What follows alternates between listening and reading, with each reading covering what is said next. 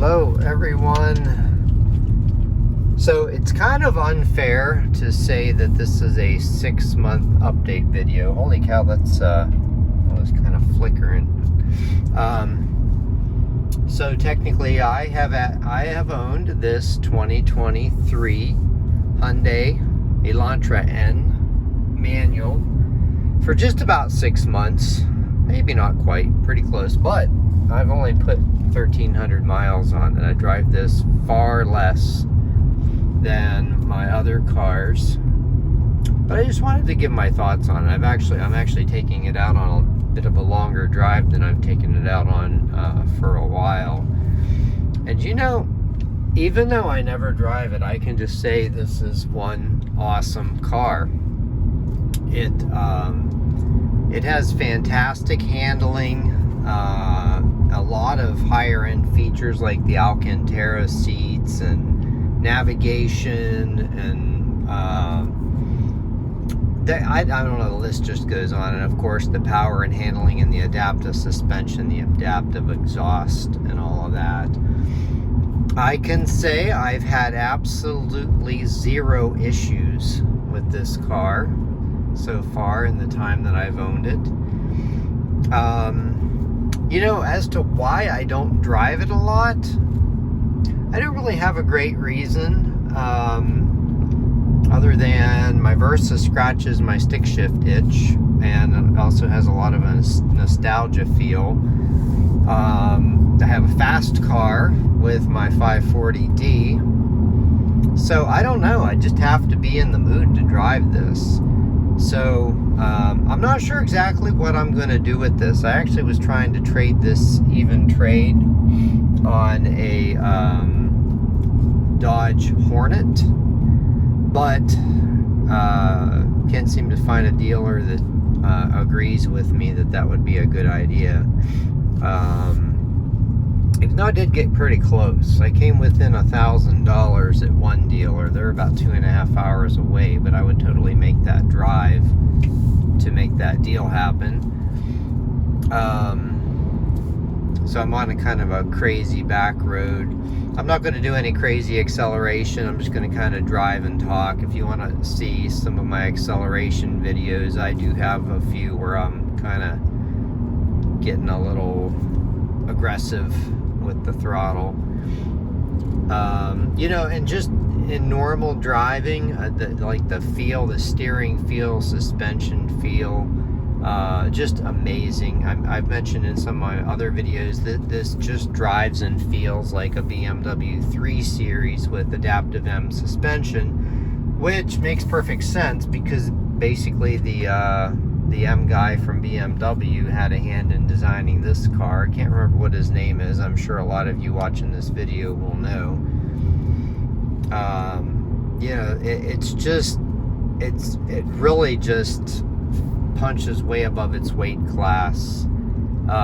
You're going to hear something right now. When I go over rocks like that, you hear them hit the fender wells really loud. So I think that's one area that's a little cheaper, is I don't think there's any fender liners or anything like that. So anytime I go over little pebbles or anything like that, I think the combination of sticky tires and not a whole lot of insulation in there make that really noisy. But you know, the overall drive is quiet. So they've got insulation like in the interior of the car and everything like that. It has noise levels on par with, you know, like a 3 Series BMW. I mean, to me, that is the best comparison for this. You know, and would I recommend one to somebody? Oh, absolutely. It just seems very well built. I think it's something that will last. You know, I'm not talking about if you're going to mod it. You know, you take your chances when you mod a car. If you just leave it stock and even drive it aggressively, I think it will hold up quite well. The only issues I've really heard of with these online are for people who mod their cars and then blame the car for having a problem. I don't agree with that. I'm sure there's people who want to flame me for saying that.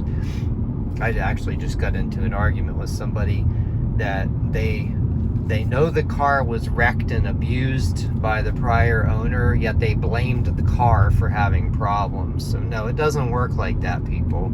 If you abuse, tune, neglect your car, the car is going to treat you the way you treat it.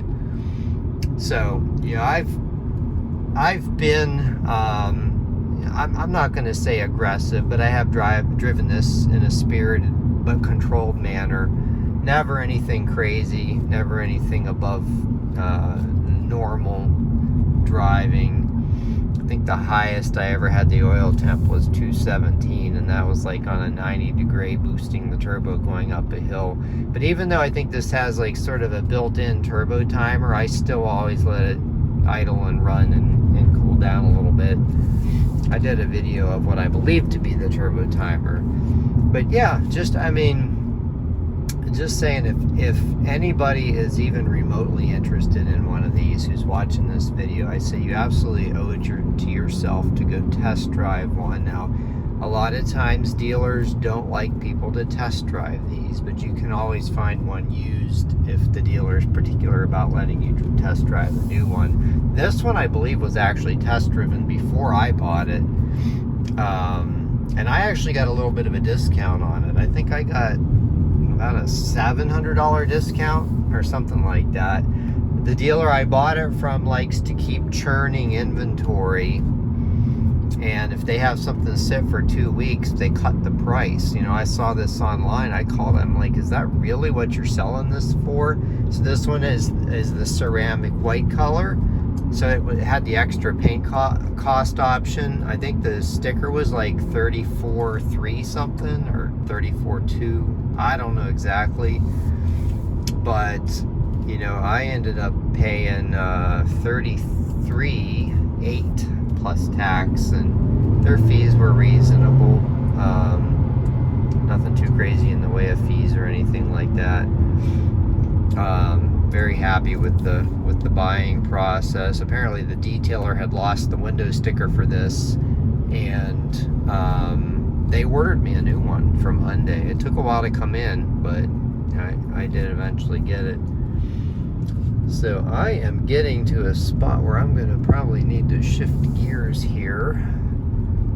Let's see here, I don't have to stop here, but I'll probably need to shift it to second gear to get up this hill that I'm going to go up. Normally I go up this one road that goes into a narrow one-lane road, but I came out that road earlier and there's a big truck blocking the whole road.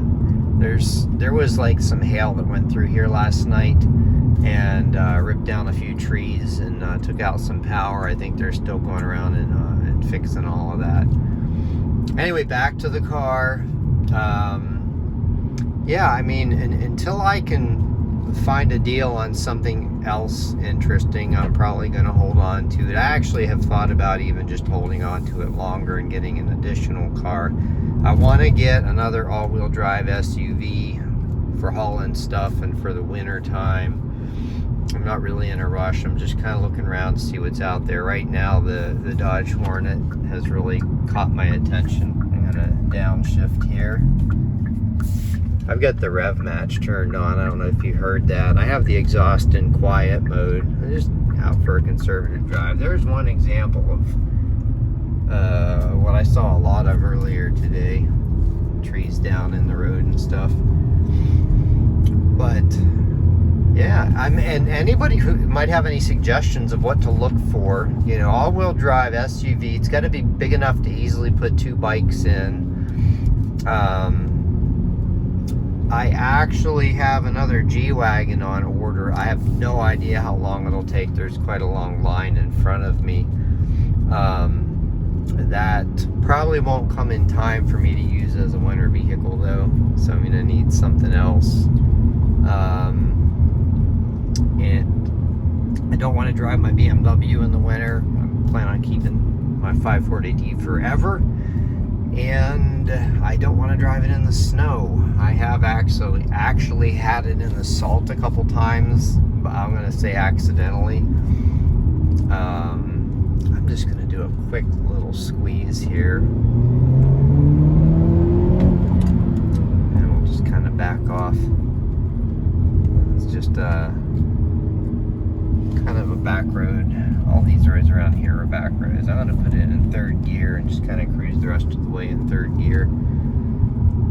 But yeah, I'm open to suggestions. Another one I'm interested in would be a Mercedes diesel SUV or a BMW X5 diesel XUV. I mean, I guess it doesn't necessarily have to be diesel. I just do have a penchant for diesel cars. It's funny how that flickers when I don't have the camera right on it.